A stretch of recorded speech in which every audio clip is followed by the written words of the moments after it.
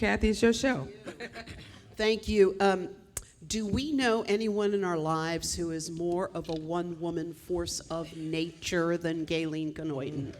I ask you, do you know anyone, right? That award does not surprise me one little bit. That award does not surprise me. I am so glad that you're here tonight.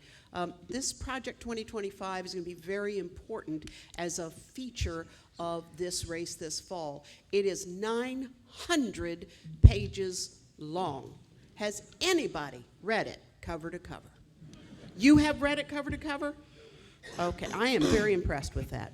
There's somebody in the back who did. I asked Congressman Scott, and he probably has it committed to memory because he has that kind of brain on him. But I could not read 900 pages, I'm not going to lie. That's why we put this panel together, in part because this is very tough to sort of unwind. And so we're going to do that tonight. We're going to talk about some specific impacts that we all need to be aware of, and we'll do all of that from a variety of perspectives. But I want to welcome you tonight and thank you for being here. The good news is there will not be a quiz on those 900 pages, so you can feel pretty good about that. The one thing we are committed to, though, I'll go over here, is to sending you out tonight with one or two talking points that you can share with your friends and your neighbors, because again, 900 pages is a little much, but if we have one or two things that we are passionate about, that we really care about, that we want to share with our friends and neighbors, then that's the way we develop the messaging that can really mobilize the votes. So we'll talk about all of that and more tonight in our conversation. We are so glad to have with us, first of all, Pastor, I love the fact that you have a clock here because we are 90 minutes. We will be sure to be out on time. And I was just thinking how in our church, I just want to say, as a minister's wife, we could use a clock on the wall. That's all I'm going to say. I'm just going to leave that where it was. But thank you for that, and thank you for your hospitality tonight. I'm going to start our introductions on the far end of the table, if that's all right with everybody. Reverend Dr. Todd Davidson is with us, the senior pastor of First Baptist Church in Hampton. Yep. Next to him is Dr. Tom Golar, an assistant professor at Norfolk State University. His specialty is healthcare, sociology, urban planning, and housing. So we'll have some questions for him around some of the healthcare implications in Project 2025. Thank you for being here. Let me go to Reverend John Kenny, who's the senior pastor of Third Baptist Church in Hampton. How many Baptist churches are there in Hampton? We got the first and the third here. Enough. Are there? Wow, that's impressive. And Dr. Zena McGee is with us, the Hampton University Endowed University Professor of Public Policy. Thank you for being here. We're also glad to have Dr. Eric Claville. Dr. Claville directs the Center for African American Public Policy at Norfolk State University. And last but most assuredly not least, 3rd District Congressman Bobby Scott joins us as well.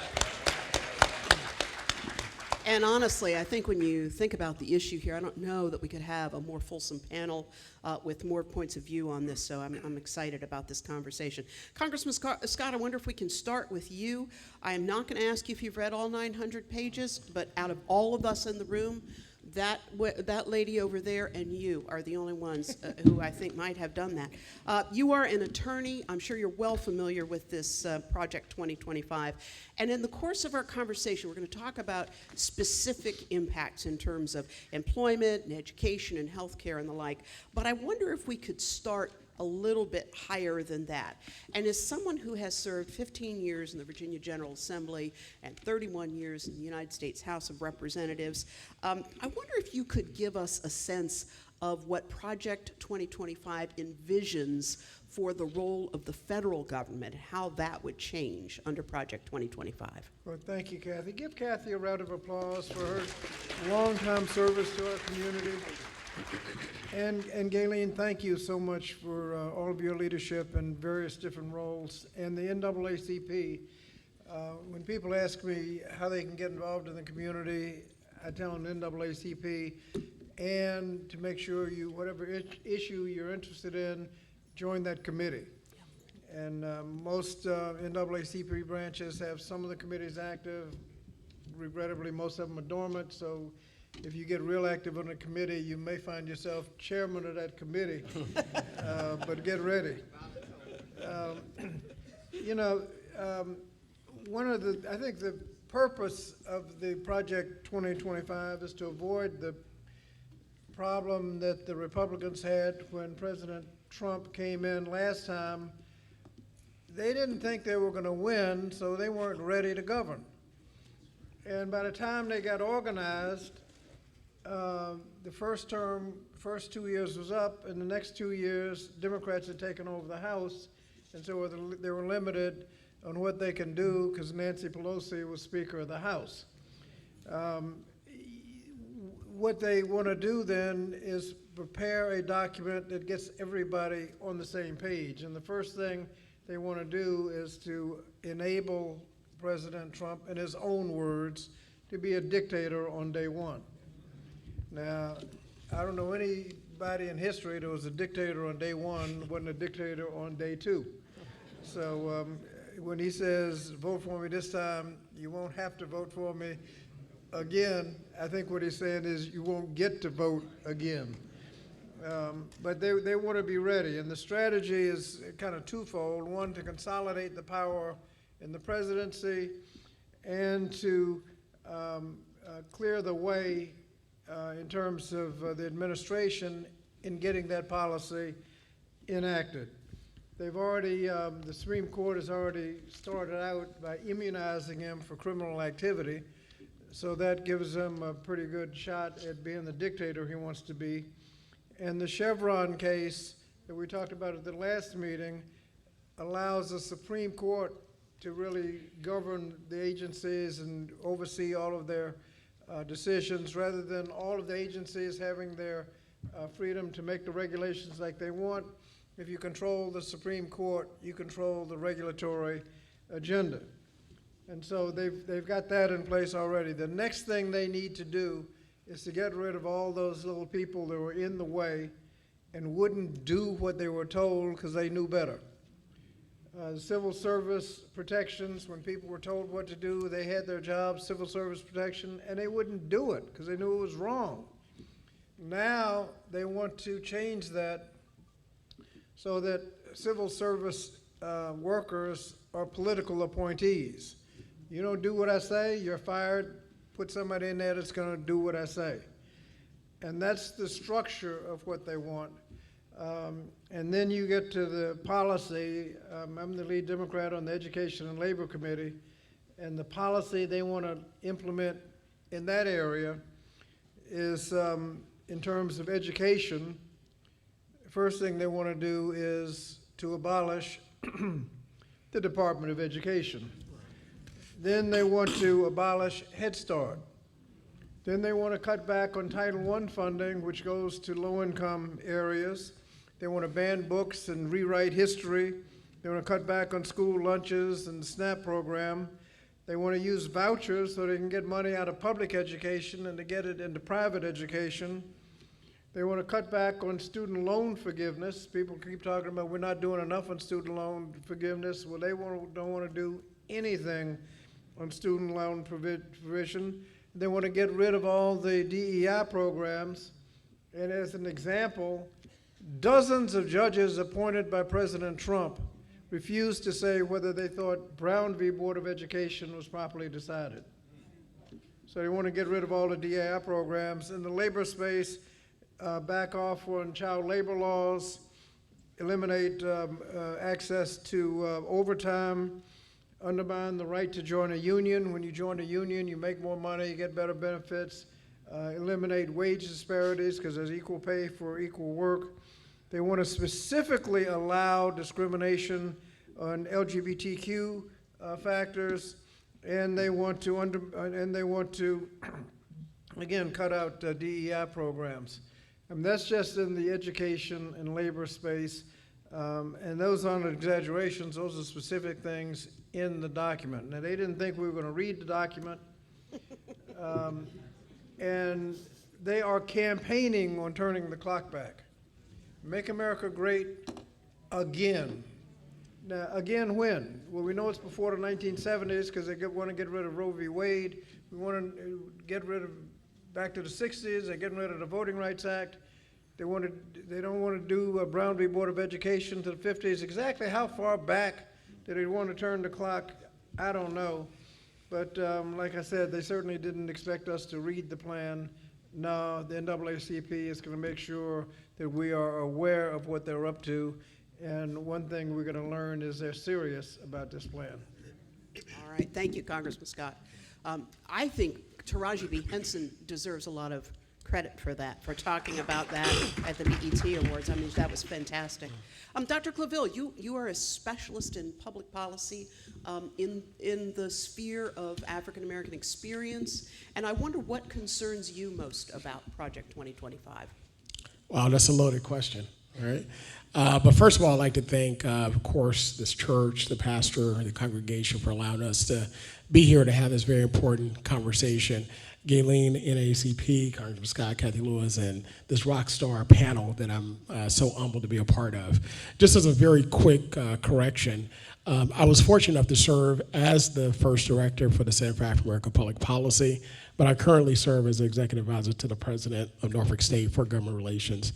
So I lead the public policy and government relations. But you didn't forget what you knew in the other things, right? So that's good. So I did forget. But with that being said, what disturbs me the most about this, or scares me the most, is that it's in plain sight. You know, if you go to project2025.org, everybody, you have your phones, you can go to it if you haven't seen it, project2025.org, and also donaldjtrump.com, and look at Agenda 47, because I want to compare and contrast the two just very quickly. When we talk about things being hidden, the pre-internet, you know, you would have to go to the library, go through this system to find various documents. They're hidden here and hidden there, but they're there. You know, but what we see, the plan of, which is really a blueprint for a total overhaul of government, is in plain sight. And half of America believes it, the other half wants it. And that's also the other disturbing part of it. When Congressman Scott mentioned that the abolishing of the Department of Education, that's nothing new. You know, there's been factions that wanted to abolish the Department of Education for decades. Not only that, but when we talk about protectionism, individuals, some call them regulations, but I call them protectionism because they protect us from large corporations, from profits, right? You know, the EPA, you know, itself to be eliminated or weakened to a point to where the laws cannot be enforced. Under the Chevron case that Congressman Scott mentioned, you know, which is very important, where now you have the Supreme Court enforcing and really making these policies where agencies usually would make them. But really what it's doing is taking our democracy and flipping it upside down. And it's creating this authoritarianism at the executive level under a theory that's really not proven, where you have executive powers really like a king or a dictator at the very top, where you have individuals that are loyal to you on day one. Now, when you take a look at that policy, it's under 4 pillars. Well, not policy, but that project, this initiative. It's number 1, policy agenda. Number 2, personnel. Number 3, training. And number 4, 180-day plan to implement. When you take a look at those 4 pillars, you know, you can't have effective policy unless you have the effective people in order to perpetuate the policy. And enforcement of that policy also comes from the side of the court itself, to where individuals themselves could be even prosecuted if they go against what that agency or the president itself wants them to do. And if you take a look at, you know, we talked about the president, or the former president, saying he didn't know anything about Project 2025 and distancing himself. You know, if you take a look at his agenda, Agenda 47 is pretty much the exact same thing. You know, when you take a look at Project 2025. But once again, it's right there in plain sight, and that, in my opinion, is the most disturbing part of this. Wow, thank you. In fact, I read that this is amazing not to know anything about it, because 140 people who were in the administration in some capacity have either written or authored or commented on it, so you'd kind of think it might have come up once in a while. I don't know, it's just a thought. Thank you for that. Dr. McGee, same general question to you, but with your particular expertise, I wonder, Dr. Claville talked about these environmental protections being rolled back, and we know that some communities suffer with rollbacks and regulations more than others. As a sociologist, what concerns me most is that this project, 2025, is really going to be a way of recycling poverty. And when we speak about recycling poverty, if you take a look at the sheets that we were given, very informative, take a look at the groups who are being targeted on this sheet. These are the marginalized in our community. Individuals who are marginalized, this means that they will be marginalized on the basis of age, race, class, sexual identity, immigration status, disability status, gender. All of those will then serve as the justification to change policy, to make policy more punitive. And we know that many of the policies that are already in place have led to the disruption in the family. And so when you read through this document, the document is telling us we are going to reestablish the family, reunify the family. What are we speaking about? We're speaking about the traditional family, mother, father, and child. Anything that crosses over is seen as a deviant form of family life. And that's where those policies are being targeted. And so the most vulnerable will continue to be impacted by this project, because what it's going to do is it's going to take away from chances of generational wealth, chances of upward mobility, social mobility, so that the vulnerable families, the marginalized families, will have something to leave their children. It's going to be this cycle of poverty that is going to be repeated, but it's going to be justified through these terms. Now, if you look closely, you will see that those who have created these policies are among the elite. And so when we speak about the marginalized, they're pushed to the brink of society. There is no power. And they are forced then to live in a society that is driven by the elite and its elite ideologies, the conservative agenda, the propaganda that's being pushed that focuses more on this perceived dysfunction within the family as opposed to the disruption that is created by systemic racism, systemic oppression, the marginalization of many families that lead to mass incarceration, that lead to the separation of mothers and children, that lead to the separation of fathers and mothers. So we have to take a close look at what this is really telling us, because it's telling us that many of the policies that we already have in place are going to be even more problematic and detrimental for the most marginalized, so that the safety net will be taken away completely. Oh, thank you so much.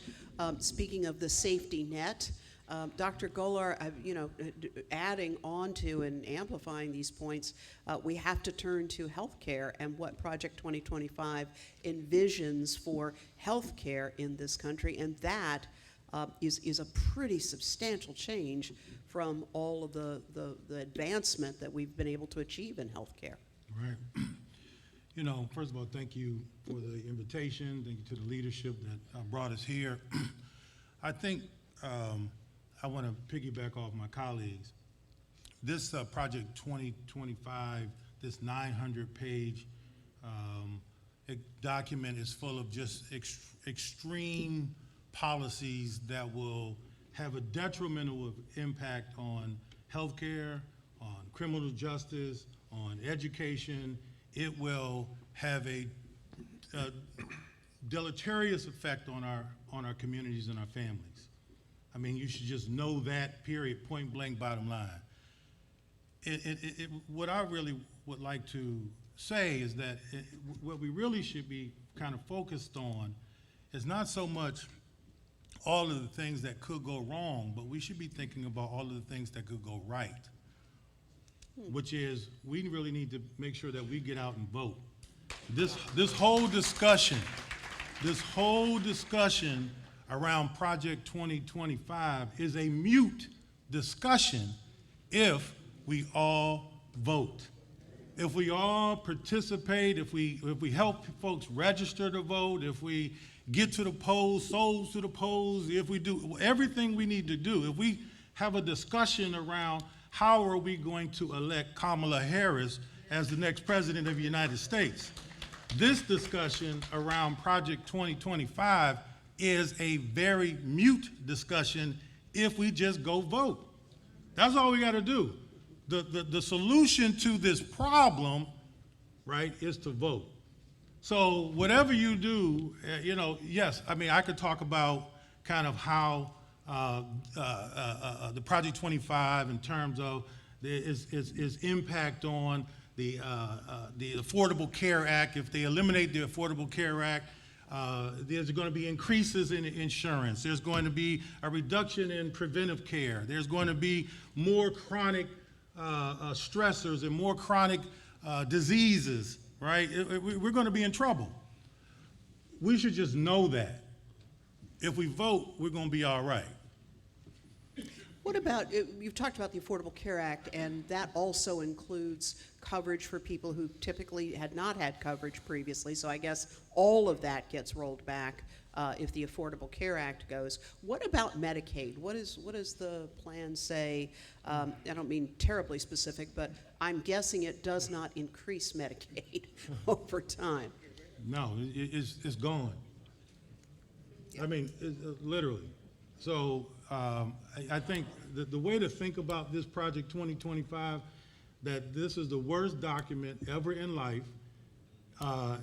Anything that we have going on good for us now will be rolled back and taken away. So the only way that we're going to fight this is that we vote. Yeah. That's the only way. Otherwise, if you sit home and we sit and talk about this, we can talk about this all day until our face turn blue. But nothing is going to change until we figure out how to make sure every single soul gets to them polls and vote. Fair enough. Dr. Kenny, I want to ask a question of you and of Dr. Davidson. What are you hearing in your congregations about Project 2025? Do you have the sense that your congregants are aware of it? What are they saying about it? And what are you saying about it? I'm just curious about that.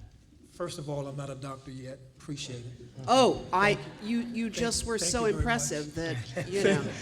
I feel by acclamation, may we acclaim that now and just say it's done? Okay, there we go. Flattery will get you nowhere. I'm honored to be a part of this panel, and my contribution may not be as deep as my colleagues here, but from my context, what my congregation says about Project 2025 is what I talk about on Sundays. There's not a lot of conversation that we have one-on-one. As a pastor, as a black pastor, I think it's important for clergy to address this particular document in its truthfulness as it lines up with Scripture. Because the fact of the matter is, the only target that this document has is black lives at the end of the day. So my congregation, whether they, and some of them are here now, they'll tell me whether they like to hear it or not, they hear it because I believe it's my responsibility to share with them some of my struggles because it affects all of us on some level. And I think it's important. I was telling Congressman Scott, I was born in 1964. So I was not really abreast of the depth of the civil rights movement. For me, I'll be 60 in November, God willing. This is our civil rights moment for this generation. And that's how we have to approach it. And so one of the things I was birthed in the church, raised in the church, encouraged by the church, but I was inspired by Malcolm X. And so for me, it comes down to, she looked like, oh my God. So for me, it comes down to making sure that my people, the people that God has assigned to my life, that they hear what's going on in society, because faith impacts all areas of your life. it really makes no difference if you come to church and all somebody talks to you about is how to get more money. And that's a problem in many circles now.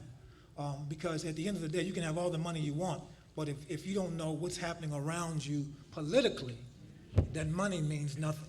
So I try to make sure my congregation hears as often as they can what is going on and what's relevant to our lives and what's important to our lives.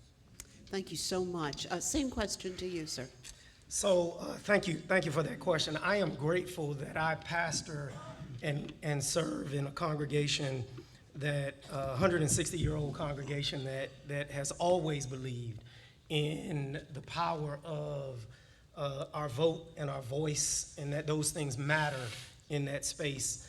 I would probably say 99.9% of the members of our congregation are active voters. They are engaged citizens. They do the research and the work, and so I'm rarely informing them of anything. So it's more of a partnership. But what I see from this work in our conversations and in my sermons and in the things that we say publicly and that we say collectively and collaboratively, it really is simply a reframing and a repackaging of Ku Klux Klan talking points. These are simply, this is a rebranding of Jim Crow, it's a rebranding of post-Reconstruction society. And what I'm reminded of is that evil never stops. It never stops. If you watch scary movies, how many Halloween movies have you seen? How many times has Michael Myers had to go down? They're still making those movies, and it's a microcosm of hate in this country, that it never stops. And because hate never stops, we can never stop. We can never stop pushing and pressing forward and striving and hoping and leading and voting. There are 250 million people in this country who are of voting age. There are more than 250 million people, and 100 million of us don't vote. And so if we did, we wouldn't have to deal with these issues and these problems anymore. One of the things we talk about and highlight is just how hateful this document is. And I want to be very clear. I don't want to live in a theocratic government. I don't want to live in a society that is run by Christian nationalists or by somebody who says that they're president because God made them president. Because when you are in a theocratic society, it limits accountability. Every decision that you make, you can justify that God told you to make it. And then you surround yourself with loyalists and people who believe and also articulate those points. And we eliminate the rights to vote. We eliminate the ability to be in a pluralistic society where everyone has equal access, there's equity, and where we can promote those values that really are loving. The barefoot carpenter from Nazareth said our faith is not a imposed faith. Our faith is a lived faith. And so we are to be lights in the world. I ain't got trying to make you be one. My responsibility is just to be one in front of you. Thank you. Thank you so much. We want to open the floor for questions that you may have. You will see a microphone here, and you've got cards in case you don't want to come to the microphone, which some people do not prefer, and that is A-OK. So if you've got some cards you want to pass forward, please do that. You can ask questions of any of our panelists or all of our panelists. And but while we wait for those to come in, I have a question for any of our panelists who want to respond to this. One of the things that I am finding very challenging in this moment is misinformation, disinformation, and out-and-out lies. I was talking to someone the other day who was firmly convinced that the jury in the hush money trial was really people from the FBI that were fake actors or something. I have to say, we're going to have some great talking points tonight. It's really hard to know where to start with that and how to respond to it. So anybody who wants to chime in on this, what is your sense of how we respond to the proliferation of misinformation, which is just so damaging to our discourse? Yeah. Kathy, if I could, with you and I, for the number of years that you've been in media and radio, my time as well, educating the public about truth is so very important. Giving individuals just the facts and where to find it.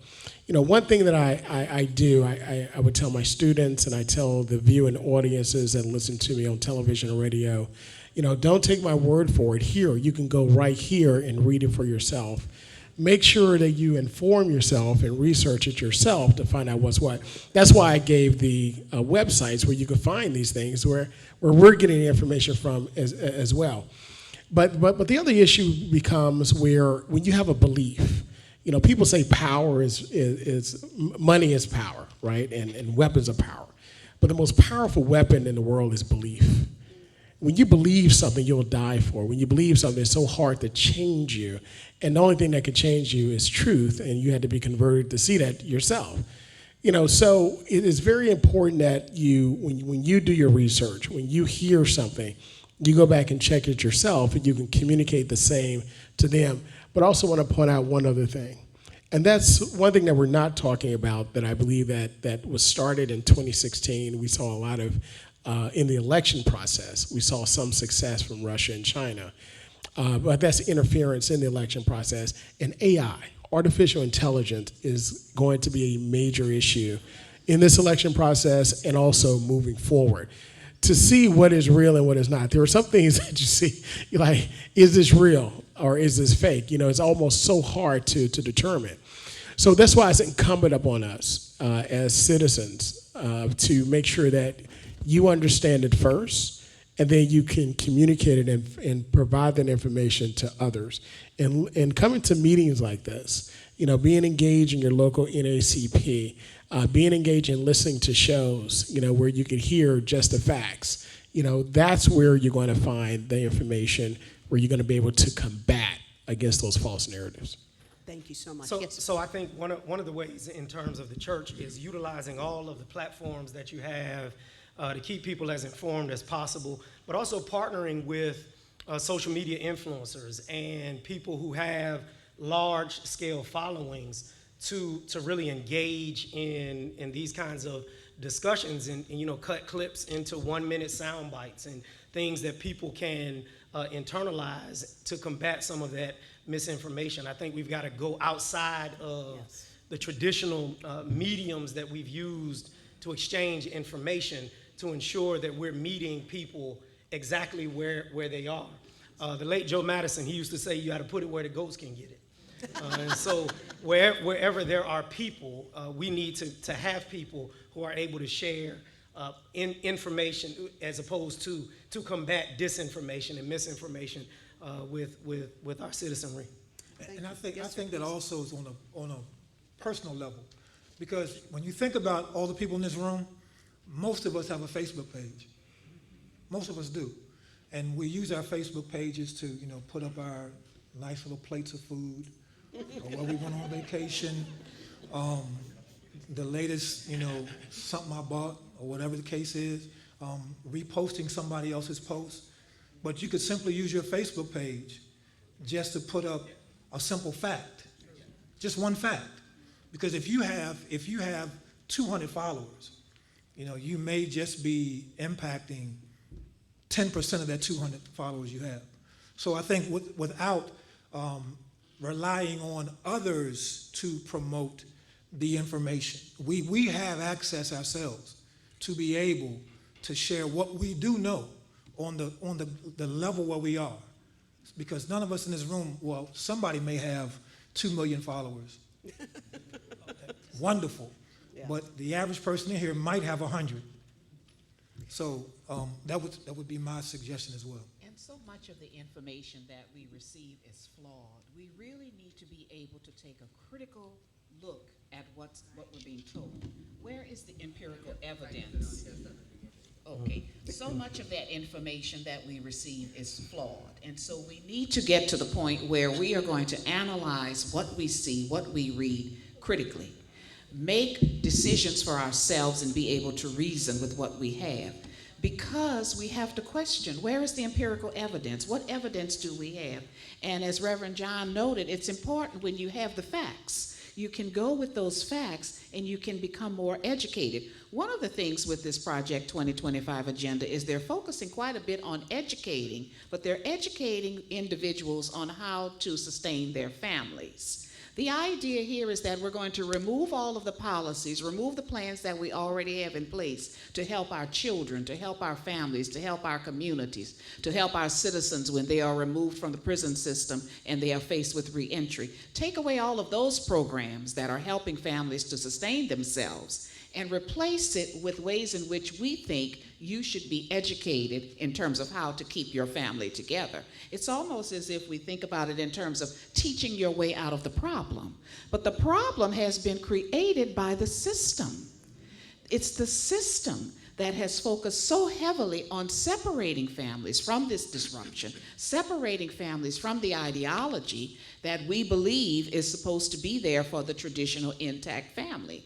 But yet we repeatedly create these policies and these programs, and we can see the list here of where we're headed with this, where we're going to dismantle the unity of the family in place of something else that's going to create even more oppression by taking away the policies. Anybody else have a thought on that, on that point? We'll just. No, I don't have I'm just trying to Oh, figure out why okay. this mic's We're not just working. trying to figure the mic out. That's all. Good. Yeah, I would just say that, you know, it goes to the adage of each one teach one, right? I mean, so at the end of the day, the best way to, I think, kind of attack the misinformation is you do it yourself. Like, you make sure that whatever you're reading, whatever it is that you, whatever post you see, that you make sure that individually you check yourself. You don't just take things for granted, because as Dr. Clavell said, you know, it's going to get ramped up here in the next month. Yeah. You know, this artificial intelligence and what you see is going to look real. Mm-hmm. So you individually are going to have to do your homework and make sure that what you're reading, what you're seeing, is actually what it is or not what it is, right? So, you know, and once you get the facts, then you can make sure that whoever you around and whoever your friend network is and your family, that they also understand clearly that what they see is either real or not real. This is such a good point. And you know, the truth is that we will probably, each of us, wind up over the course of the next 90 days or so accidentally posting something that we will later discover is not true or not fully true. And what I've noticed is that there's, for some reason, people are not inclined to remove that original post. And it seems incumbent on us, if we have accidentally posted something that is incorrect, to pull that down and to post something that says, hey, I accidentally posted something that was incorrect. I pulled it down because it's the right thing to do. And people will very quickly source you and let you know, if you have done that. I've certainly done it. Anybody else here posted something that was incorrect and then later you found out? Yeah, I mean, it happens. And it's going to happen because of all the influences that we're talking about. It's going to happen more and more. Yes, sir. So just really quickly, think about the what I call the law of exponential impact. We tend to think of these things globally, when the reality is you have people in your family and in your house that if you influence them and if you impact them, I think about my own house. I'm the proud father of 3 daughters. One is 21, so she votes. I'm married, got a lovely wife, and my mother lives in the house with us. My mother has 8 siblings. My wife has 2 siblings. I have 2 siblings. If we take care, make certain that in our home, we fully are aware of the issues and what's going on. And we say, well, then now, Kana, when you go back to college, you talk to your friends, your roommates that you live with, then they have families. And so as opposed, just take it at the small chunks that you can take it, as opposed to thinking about it as this kind of magnanimous issue. Then we start influencing people one person at a time, and that exponential impact. And what is it they say? Make relationships before you make change. Absolutely. So you got to do it. Absolutely. Thank you. That is just great advice. I've got a couple of questions. I want to, because some of these relate to the election coming up and concerns. Yes. You are the queen of this. Of course you can ask a quick question. Congressman Scott, can you tell us how Project 2025 is going to affect criminal justice? First thing, you can assume that there's nothing in here for gun safety. And it's written on behalf of someone who looked at the Central Park Five, who were innocent, and took out a full-page ad asking for them to get the death penalty. When you have the Justice Department being directed by the president, and they call it weaponizing the Department of Justice, where President Trump has been trying to get back at all his enemies, has publicly declared that he is not satisfied with his Attorney General not doing his bidding, doing the right thing, but not his bidding. He wants to have people investigated and indicted, and you don't hear the part where they actually did something wrong.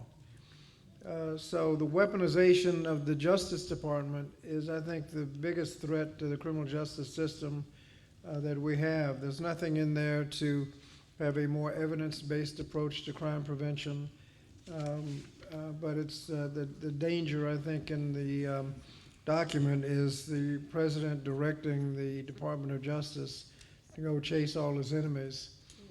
He has indicated he's going to pardon the January 6th insurrectionists or patriots or whatever he wants to call them. Tourists. Who have been tourists. Sorry. Who have been convicted of crimes. So in terms of criminal justice reform to the positive, I think there's nothing in there but fear that the Justice Department is going to be weaponized.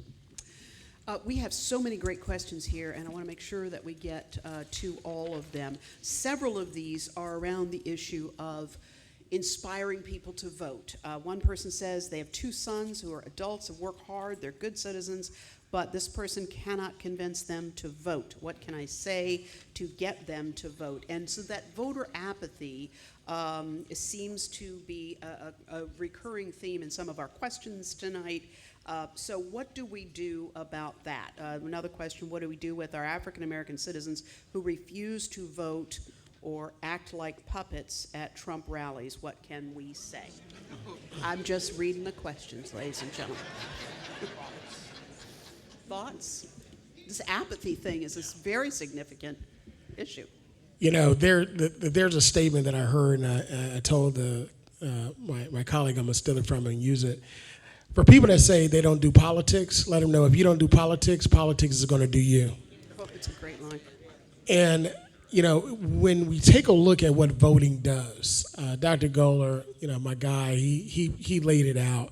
If you don't vote, all this is mute, you know, hands down. For those individuals that like doing what they do, the freedoms that they like to do it, and so forth, if they want to keep doing it, then you have to go vote. You have to get out, but at the same time, we have to make it real and relevant to them.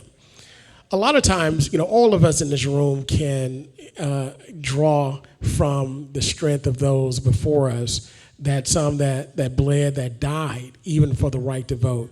There's a connection that's there. You know, some persons got arrested, you know, just for the right to vote. But this generation can't really, they're about 3 generations removed from that. And they really can't draw that strength from that. So what we have to do is now make it relevant to them and let them see, if you don't vote, then this will happen to you.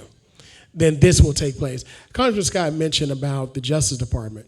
One aspect of Project 2025 is reinstituting the stop and frisk. You know, now, of course, the Supreme Court, prior to this activist court, I know this court like to call the liberal court activists, but this activist court, you know, made it unconstitutional just to stop anyone on the street and frisk them, right? But with this project, it will be instituted again. So with that just think about, you know, walking down the street and someone says, hey, come here, throwing up against the wall, throwing on the ground, and you may not, you don't have anything, and say, hey, okay, you can go. And that's just happening over and over and over again. So again, making sure that the issues of the day are relevant to them, making sure that what they enjoy today will not be enjoyed if they don't vote. And then lastly, asking them what do they see their tomorrow being. That's a great question. Yeah, It's a great question. I would like to add to that. I think also to try to get people to encouraged around, excited about Kamala. I mean, this is a monumental opportunity to have a black woman president of the United States of America. I think that's pretty significant. And I think that our children, if we think it's significant, will think it's significant, right? I think we're going to have folks that are apathetic. That's just what it's going to be. There's going to be people that's apathetic, that don't want to get up, don't want to vote. They're going to get on your nerves and say stupid stuff. But I think that we have the opportunity. I mean, we're really just we're preaching to the choir, because we know that faith requires action, right? So we're going to get out there and do what we need to do. But I think, regardless of Donald Trump, I think this candidate that we have right now, Kamala Harris, thank you, that is running for President of the United States. Vice President I think that we are in a very great time, and that if we get behind her, I think that will suffice. Dr. McGee, sorry, sir, go ahead. With Dr. McGee, and then we'll come over to you. Okay, yes. I think until we are able to get them to understand that that might not affect them at the moment, this is a much larger issue. We call that the sociological imagination, where you think of a personal trouble, but you really look at it within the context of a larger social issue. And ask them, how might some of these policies affect you or your family down the line? It's so important that we be the change agents for many of them and educate them more, educate the young people more about what this Project 2025 entails. Because at just about every level, someone is going to be impacted by this. Someone in their family, someone they know, themselves. If you really think about it, this is very close to home. The changing of many of these policies that we have seen traditionally as the safety nets to help the poor, to help the disabled, to help the elderly, we're going to just rid ourselves of these programs. What are we saying about the life chances of families in general? What are we saying about the social mobility? And so we have to be able to be the voice of many of them, to show them we must vote. This is an urgency that we all vote to see this not happen. Thank you. Reverend Ken?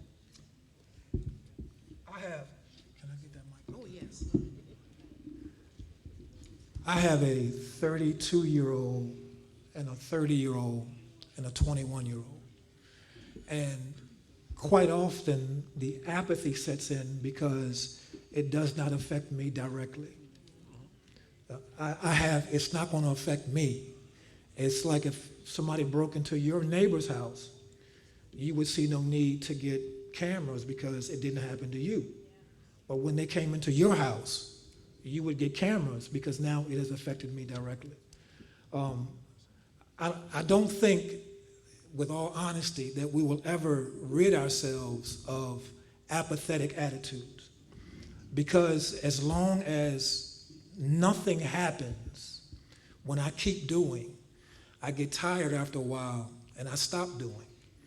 And so I think the real issue here is how do we, and I think it's been said before, the thread is how do we make this directly relevant to the individuals. Each individual is going to be on a different spectrum somewhere when you talk about life and what's going to be my daughter, the idea of abortion rights, the freedom of her own body. That's not going to affect my son like it's going to affect her. And I think we have to be able to tailor, or we need to tailor what the outcomes of this Project 2025 is going to be and make it specific to each individual. Because unless I see myself in it and how it affects me directly, it's not going to affect me at all. Such a great point. Make that message personal. Congressman Scott, did you want to comment on that? Yeah, one of the problems with this is that the result of voting, the benefits of voting do not happen instantaneously. You don't vote one day and your student loan is discharged the next. Right. Within a couple of weeks, we lost cases on affirmative action in the Supreme Court, affirmative action, abortion, student loans. And you wonder, how'd that happen? Because 8 years ago, people were saying the same thing. What difference does it make to me?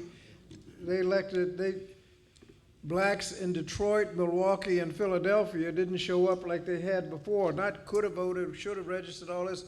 The ones who had voted didn't show up again in 16. Trump got elected, appointed 3 people to the Supreme Court, and then a few years later, they lost their student loans, they lost right to abortion, they lost affirmative action to go to college, and that same logic is now being used for business opportunities and everything else.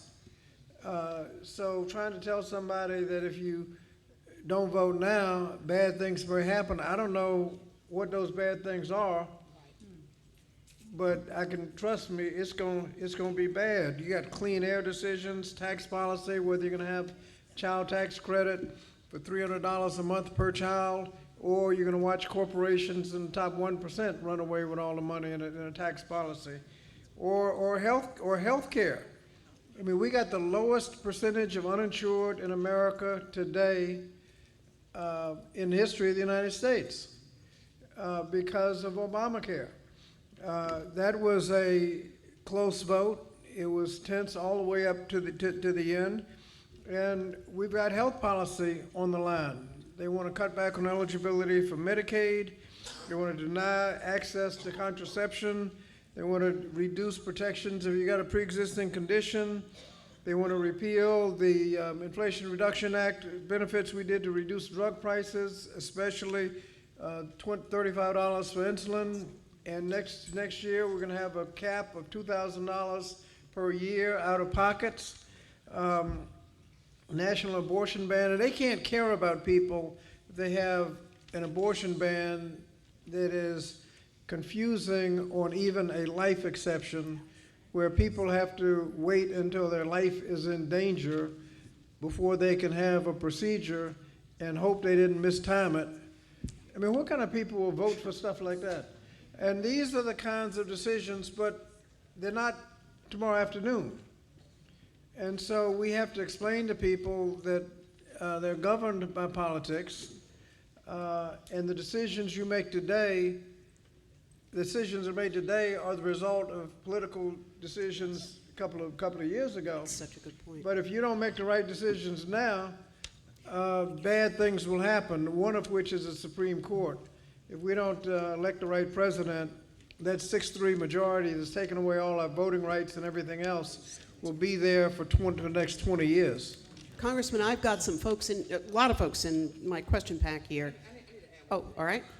I just want to add one thing. I can't tell you, and I know Lawrence can tell you, how many complaints we get every day on people saying, my rights have been affected. How many times have you heard people say that I was discriminated on my job? Where did all that start from? Policy. That's why you go vote. You got to make personal. When somebody say the White House, as long as it's not in my house, oh, the White House is in your house. So you got to talk about freedoms that we have. You got to talk about housing discrimination.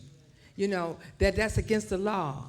Equal rights to opportunities. The freedoms that we have now is the reason why people have to go and vote. And the first thing they'll tell you is that my rights has been affected. And then you come back and tell them that's why you need to vote. Thank you, Gayleen. I appreciate that. In my hand are several questions, Congressman Scott, that also people are very concerned about Project 2025. They're committed to talking to their friends and neighbors. They are very concerned about a replay of January 6th.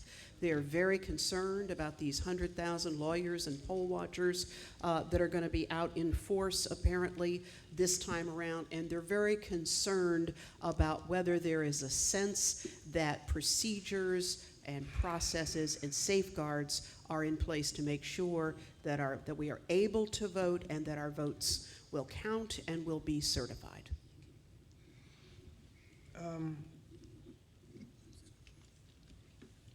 I don't know. We weren't ready for January 6th.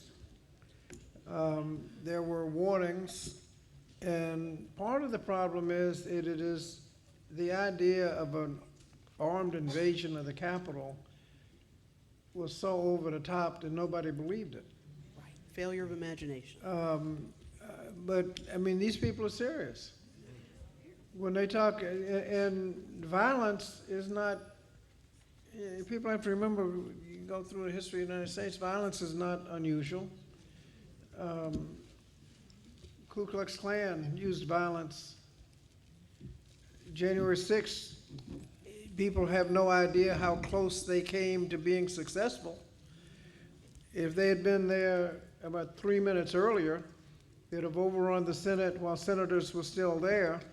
There were dozens of members of the House that were in the gallery and escaped out of the last door. They weren't sure whether it was safe or not, but it was clearly the last shot they had, and they got out safely. Remember, we only had a 4-vote Democratic majority. If they'd killed a few, they wouldn't have had to. I mean, you don't know which side would have lost, and you recalibrate. You have a different Speaker of the House. People have no idea how close they came. And remember also that you can't count on checks and balances from the other side, because 2/3 of the Republicans voted to overturn the election after the insurrection. So if the question is, are we ready for a violent mob coming? I don't know. One advantage we have with our electoral system is it's run by state and it's decentralized, and most states have no connectivity between precincts, so that each precinct is a different calculation. And to rig the whole election would take more than, I think, even using your imagination they can do. So we can find out what the results are. I think it is clear that Donald Trump has no intention of accepting another loss. In fact, when he was being impeached, one of the Democratic managers was asked, well, what do you want to impeach him and make sure he can't run again? Are you afraid he's going to run and win? And the answer was, no, I'm not afraid he's going to run and win. I'm afraid he's going to run and lose. That's going to be the problem. And so I don't know that we're ready. We're going to make every effort we can to make sure that since we have in Democratic control right now, the military, National Guard, on January 6th, Trump was sitting in his office laughing at the television and would not call out the National Guard. I don't think we're going to have that problem again. But I don't know. That's very concerning. So that means when we're heading to the polls, we need to keep our head on a swivel and be aware of who we're encountering at the polls and call the hotline numbers that are given for us. I think we have somebody. And one thing yeah. we can do is what we actually did last time is make the margin too big to rig. Exactly. Yes. The fact that we had won by 3 states, he had to overturn 3 states, and he had gone into enough states and threatened and cajoled, and I think he had some officials in Detroit that had agreed not to certify the results in Detroit.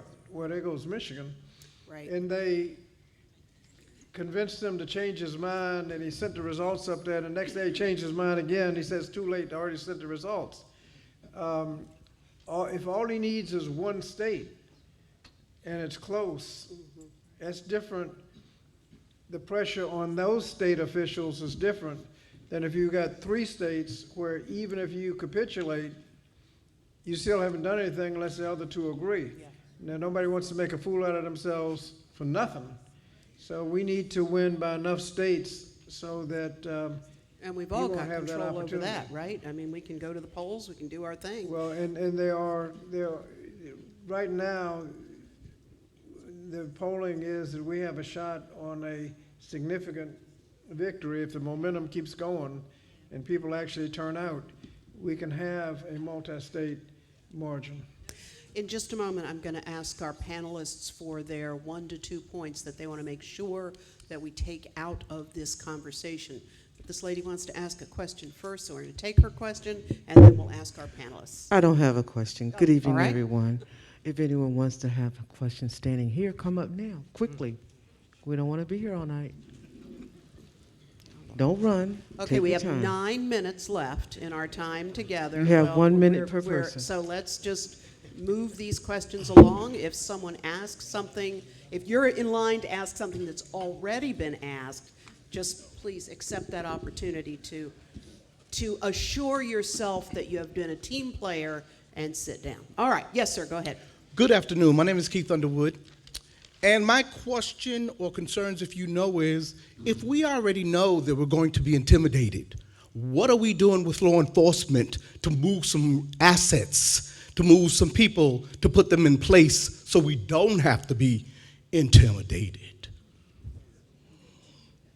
My answer to that would be not enough.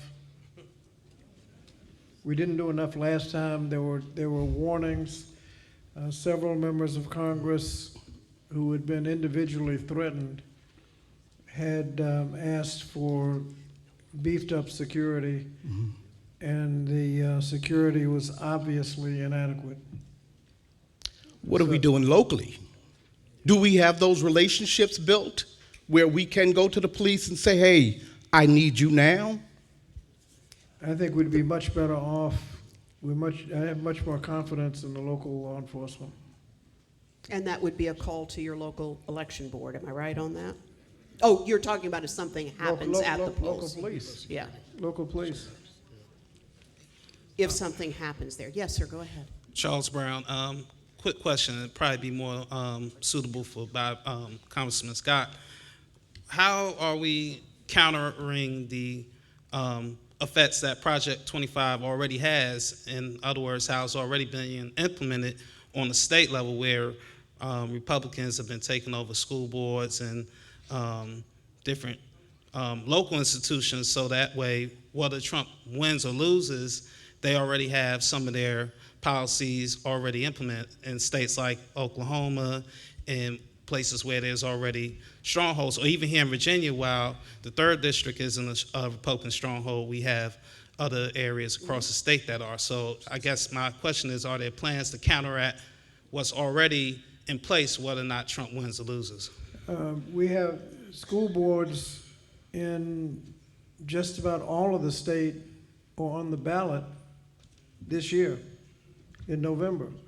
So if you elect MAGA Republicans to the school board, what you see is what you're going to get.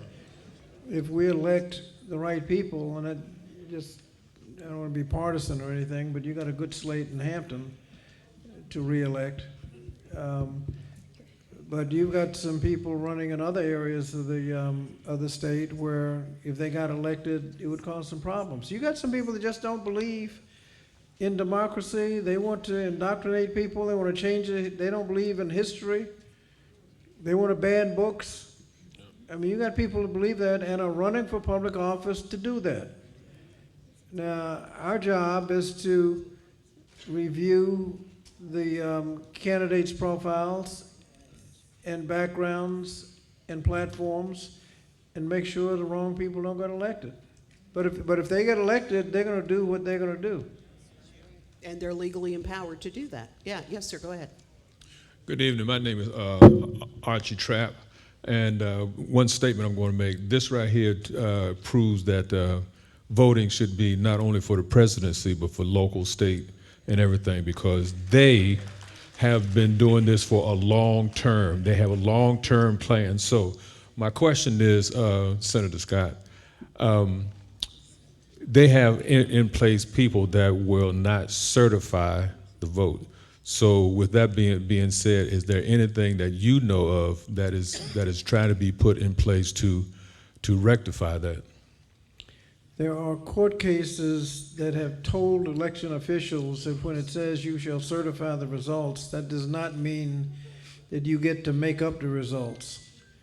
That you are legally obligated to turn in the results in good faith.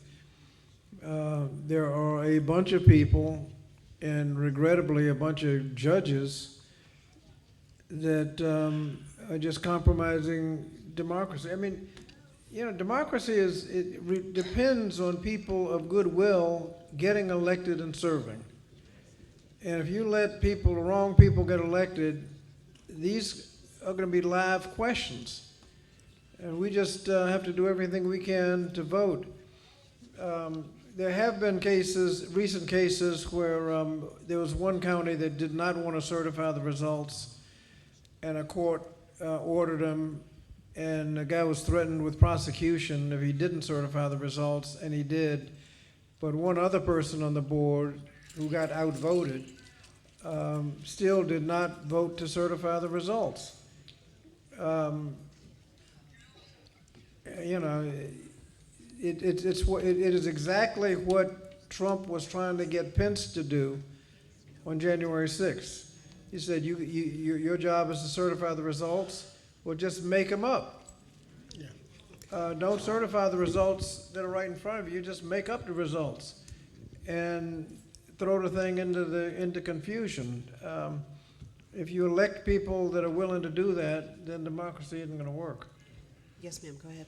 Hi, my name is Tavana Sears, and as I look around the room, I see that there are pretty much we're preaching to the choir, right? People that are maybe 40s and up. No offense to someone, you know, some youth in here. But what the issue is where are the youth and how are we reaching the youth? And I did hear someone on the panel say, or a few of you on the panel say, we have to reach them where they're at, and we have to, you know, social media. But then where there are events like this for the youth, where I know we can't go into schools, but where can we get the youth so that they can understand what this means to them, because eventually we'll die off and they'll be here and this will affect them. Online influencers. Yes, anybody want to comment on that? Yeah, that's part of our campaign strategy. We're trying to find out where they are, like skating rinks and things like that. And we're going to make an effort to go in and do the best we can. But young people not voting is not a new phenomenon. He answered. Oh, great, okay. Okay, my name is Benny Steele, First Baptist Church. And my pastor is right. When he do a sermon, we research. And I've been researching this little piece of paper that we was given. This is not just for black people, it's for every American. This is not Trump. This is Russia. This is Russia. Khrushchev, when he died, he wrote a speech. We will bury you without firing a shot. Remember that. That is what you've been seeing is their plan. Trump is their plan. Thank you. Now, if you don't believe Trump is his plan, follow the blood from his ear. It's fake. Thank you. Thank you. It's fake. Okay. Let's get these other questions Bobby, in. Thank you. get them to check it because it's fake. It'd be just nice to get a medical report, you. wouldn't it? Thank you, sir. I mean, really. Yes, sir. Go ahead. Good afternoon. My name is Elder Smith. I don't want to disrupt this forum right here, but like, I feel as though there's a lot of things that's been said today, and a big thing that's keep on talking about is getting people to the polls. So, since social media have came in play, we have got disconnected as a people, as a collective. I speak a lot and I feel passionate about educating the person that just walked past this building. And what we need to do is get back to doing political forums. we need to get back into educating the community at large, because we're missing the point. You got to get people to the polls, because I don't know. That's okay. We got you. And every So generation. what I'm trying to say is the same thing Yeah. the pastor said. Thank you. We Thank got to you. get people engaged That's right. one-on-one. And one-on-one and in whatever way we can get them to the polls. Thank you so much. Yes, sir. Go ahead. First, my name is Antonio Grace, and I'd like to commend all of you all for just coming out tonight. It means a lot to me. I come from Williamsburg, Virginia, and this is important to me.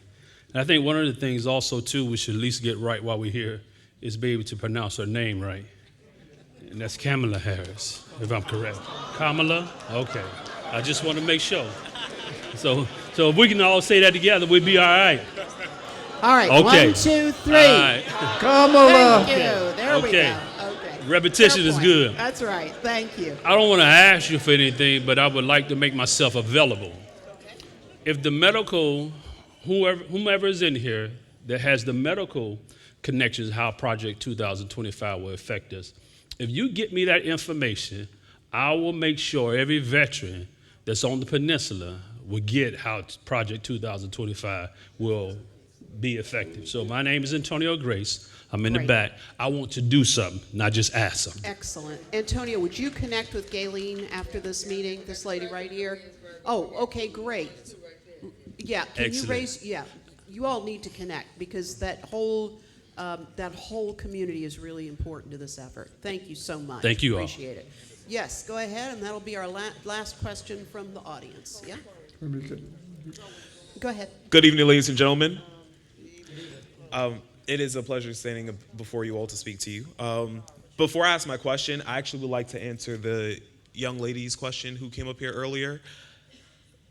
We get the vote out to we get out to the youth through talking to the people that we know. I worked on multiple campaigns, and also I'm a devoted Christian, and as such, I'm a bit of a missionary. So I talk to people in conversations, not just on social media, but I talk to people that I know, my friends, my family. And I'm as she said before here, I'm pretty sure a lot of you are over the age of 40. Maybe not some, maybe not everyone. But the point is, all of you have children, or most of you have children, have grandchildren, people that you can actually talk to, that you know and can educate and bring about the principles that my parents instilled in me. My parents always taught me each one teach one. And whenever I started my public speaking workshop for youth, the Townsley Oratory Group Voices of Youth, we enhanced that to be each one teach 10. Apologies. So that's how we do it, and I would like to start by leading by example. I actually am doing an event on August 17th with Senator Mamie Locke and the Sheriff's Department for a back-to-school resource fair, where we are going to be promoting different resources that we have in the community and also promoting to get out the vote. My point to all of you is, if you have family that's in the area, bring them to the event. Allow your young ones to know what's happening, and that way we can actually get them to come out to vote. Date, time, and place? Yes, that is August 17th from 12 p.m. to 3 p.m. at Y.H. Thomas Community Center. I would love to see you all there. And as far as my question is concerned, I actually have a question. My question is, we know that the MAGA Republicans will do anything to get what they want. They stormed the Capitol and put many people in jeopardy. And all the meanwhile, we saw police officers taking selfies. But let that have been the Black Lives Matter movement, doing a peaceful protest. So we know they're willing to do whatever it takes. My question to you, Congressman Scott, is what are the countermeasures in the worst case scenario? We know that you're doing preventative measures. That's what we're here for now. But in the event that this country truly is just far gone, and we manage to see the orange president go back or attempt to go back into office. What is our plan to combat Project 2025? We cannot afford to play checkers. This is our lives. This is our livelihoods that is on the line. We need to play chess. What is our counterattack? If you have an armed insurrection, you need an armed response. I mean, that's why you have the National Guard, all of the law enforcement agencies have to be ready to respond. And if they get caught up in red tape, like if they get caught up in a way where they cannot you had interfere. a different situation last time because Donald Trump would not call law enforcement out. The National Guard was ready to go hours before they eventually got called up. And I'm not sure, quite frankly, he ever called them up. I got the sense that the vice president made the call. And it was the speaker who called Governor Northam and Governor Northam got the state police. But for those in the military, the vice president is not in the chain of command. He don't have any business ordering anybody. But he made the call, and the Adjutant General of the National Guard, DC National Guard, said, I don't care if he's in, I'm going to pretend that he's in the chain of command, and came forth. But the answer is, how do you respond to an armed insurrection with armed military? And we're going to hopefully be a lot better ready than we were before. And I got a question for you. I can't quite read your T-shirt. Oh yes, it says "Vote paid for by your ancestors." Thank you. Well done. Thank you. Thank you. Well, we feel very helpful now. Thank you. Thank you. Close. We feel very helpful now. We feel very hopeful now. Thank you. All right, well, now I gave you plenty of fair warning, dear panelists, that we were going to come back to you and ask you about 1 to 2 key points that you want our fired up folks to take away. One person said, what do you want me to do? I vote. Put me in, coach. Well, we want you to do some message management is what we want you to do. So, Congressman, you want to start us off? What are 1 or 2 things that you think you want people to carry out? Sure, 2 things. One is they have a detailed plan to turn the clock back. And 2, they're serious and don't even care about the traditional democratic checks and balances. Yeah. I would say educate yourself. Go to project2025.org and donaldjtrump.com. Make sure that in Agenda 47, they are one and the same. And he lays it out in about 25 points, so it's very easily digestible. But also, for those of you I'm encouraged by the young man and all that are energized to go out and vote. Make sure you take someone with you. If they're not registered to vote, register to vote, because your vote matters. Your vote matters. And remember, if you don't do politics, politics will do you. That is such a great line. Yes, ma'am. I would suggest that we all take a close look at the document in its entirety. And if we can't, we will have discussions with others who have. And begin the discussion, begin the dialogue so that we can educate one another more on what this entails.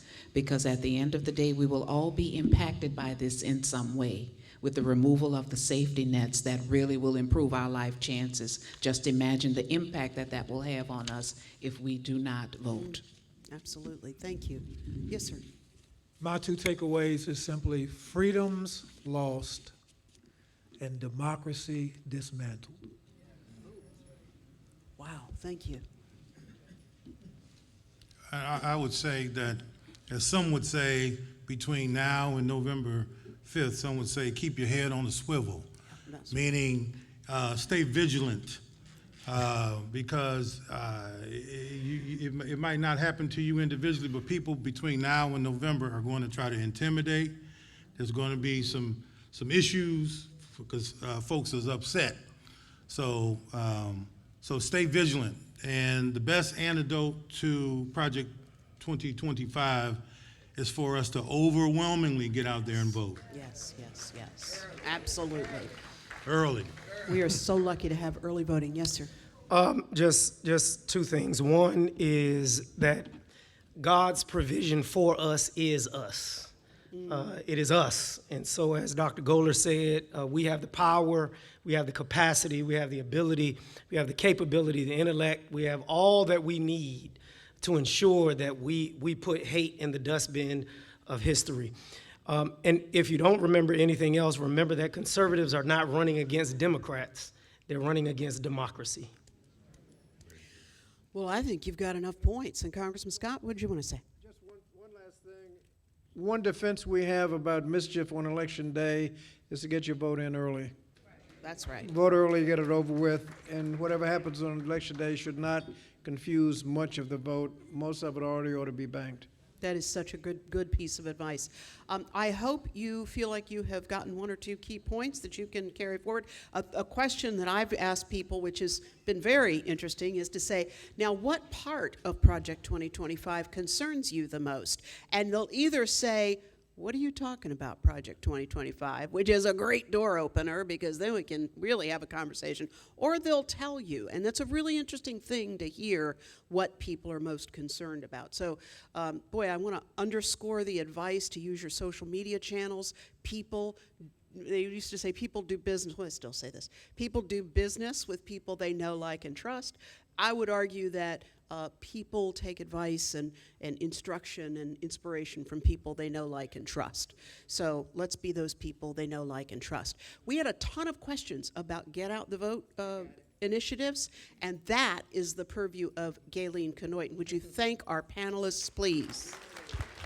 And don't get up, y'all, because we're going to take a group picture, too. But let's give our Kathy Lewis and our panelists a round of applause.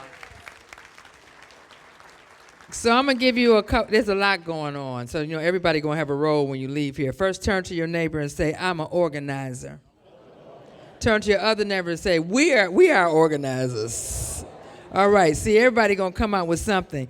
Now, I just want to give you something that you need to use. Now, you know that DEI has been demonized, okay? Now, we are a nonpartisan organization, you know, but, you know, we're not blind.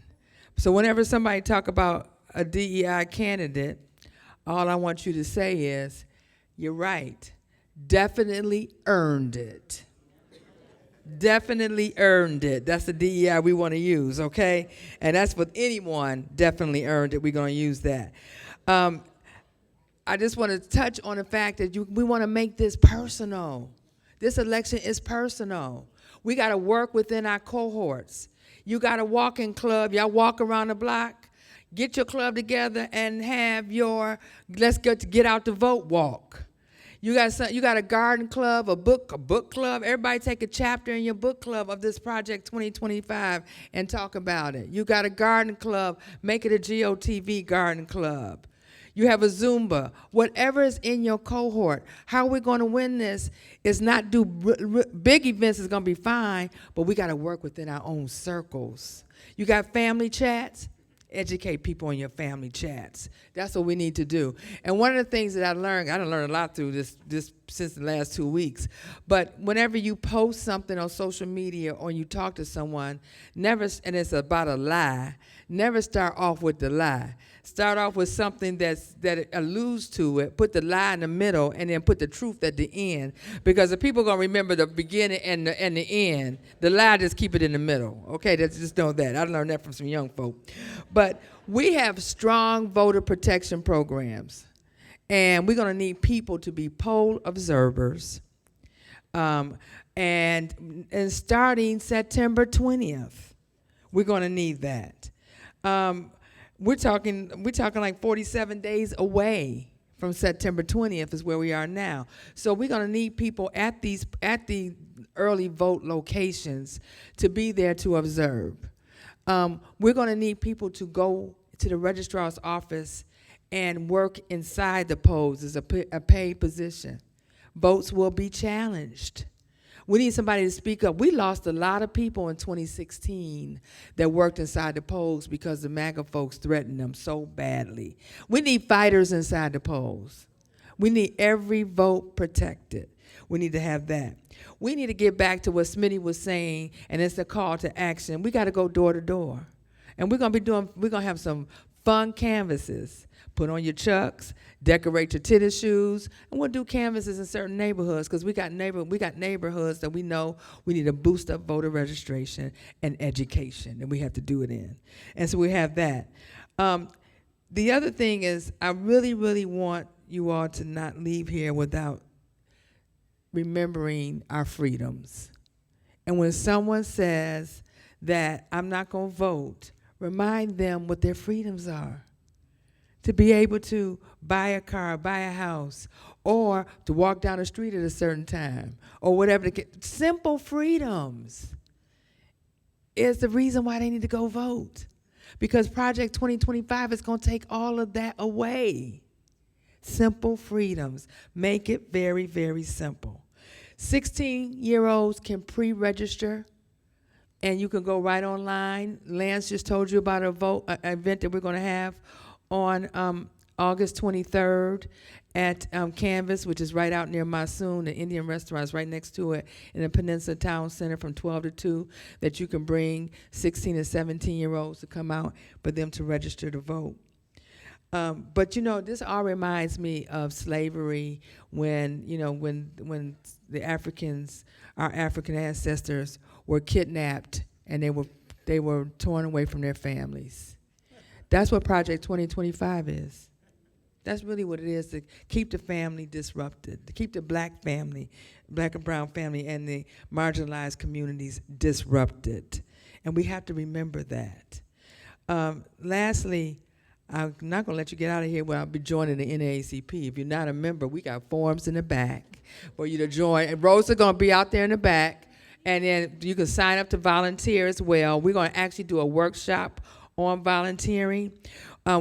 Today, we had something, Congressman Scott and Bishop Riddick, they had met with the barbers today. And we had a barber that was there that was not registered to vote.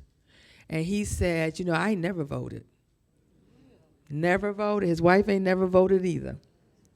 And by the time Congressman Scott got through talking to him and they started talking about the reasons why it was so important, I wasn't going to let him leave without him registering to vote. And he did register to vote. And I was like, I said, it's just like church. I said, you baptize one person, you good to go. We registered one person, we was good to go. So now he's going to help us do even more. We'll have QR codes. You can have it right on your phone to register people to vote. But let me just say something else. Not only is it important to register to vote, it's important to check your voting record every day, every week. You need to check it because people have been dropped from the voter rolls. Everyone, I don't care if you voted for 30 years or 40 years, check it in the system. You can go to iwillvote.org and you can go to, or vote.org, I'm sorry. You can go to vote.org and you can check your voting. You can register on there as well. And if you voter registration drives, it's going to be so important in this election. Voter registration drives. There is a 10-minute training that they have online with the Virginia State Board of Elections. 10-minute, and it tells you everything you need to know to have voter registration. We need to register people wherever we are and have everybody check their registration wherever they are. Now, somebody asked a question about young people. What are we doing? How do we get them here or whatever? They are having cocktails and conversations. Michelle, there she go, Michelle Griffin, when she owns 229 and Green, she has it in her place. We have some other young business owners that have it. And they talk about everything. They're happening. I mean, Lance and I, it's a group of us, we go all around to the clubs. We go around to the, to the different restaurants and we talk to young people or whatever. But they are talking. Congressman Scott was with Missy Elliott up on stage. He did. And he presented her with a Congressional Service Award, and he said that was his black job to do it. And everybody in the place had an uproar, and they because they all knew what it was about. They are in tune. Trust and believe. They are in tune. They know what's going on. And with this election, we have more people. I have never seen this type of energy before. And we just have to make sure that we capitalize on this through people volunteering. Everybody work within their circle. Nothing precludes you from, remember back in 2008, we had house parties and all this kind of stuff. We got people, postcards. Write postcards to your neighbors. Do dear neighbors. This is why I'm going to vote. Let's make it personal. This election is personal. This is not about saving democracy. This is about restoring democracy. Because you've seen what happened with the Supreme Court. After the Orange Man won in 2016, in 2017, after he was when he had an inauguration, we all took to the streets in large numbers, and we said, "Tell me what democracy looks like. Tell me what democracy looks like. Tell me what democracy looks like. This is what democracy looks like." And we're not going to do this on November the 6th, because there's no makeup exams. We're not going to do that. We're also in August, I've asked all of our units to do something for the ratification of the 19th Amendment of women's right to vote. We want to have the Ida B. Wells events, marches, rallies, teas, whatever. We want to do it in Ida B. Wells, because, back then, Ida B. Wells, she was with the women's suffragette marches, but she wasn't that well respected. But we want to make sure we do that. So, and then men can march with us, too. We're going to wear white. We're going to do all this stuff. We're going to have fun. But let's make it fun, make it informative, and make it personal. That's what we need to do, and that's how we're going to win this. And that's how we're going to restore democracy, because we're not going to allow Project 2025 to lose. If you think about in 1902, and I'm going to say this and I'm going to wrap it up, in 1902 was the Constitutional Convention here in Virginia, where they said darkies should never have the right to vote. And that's really where, when you think about where restoration of rights have really started, because they locked our people up. They locked our men up because they didn't want them to vote. So if you think about that, they told us how they were going to do it at the convention. In 1968, it was the Southern strategy with Nixon. That was gerrymandering. They told us how they were going to do it. The document was out there.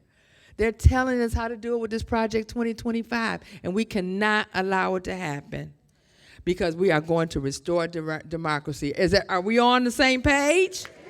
We ready to work? We ready to win? We going to talk to everybody that we know? All right, let's go to work, everybody. So see Rose in the back if you want to join. And even if you don't live in Hampton, we still have forms. We can give it to everyone else. Rose, you want to go in the back?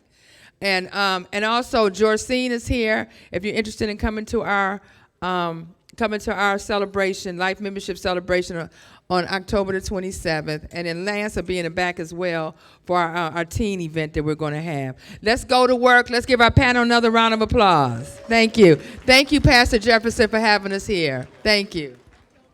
Come on, take a picture of all y'all together. Let me get a picture of you all together.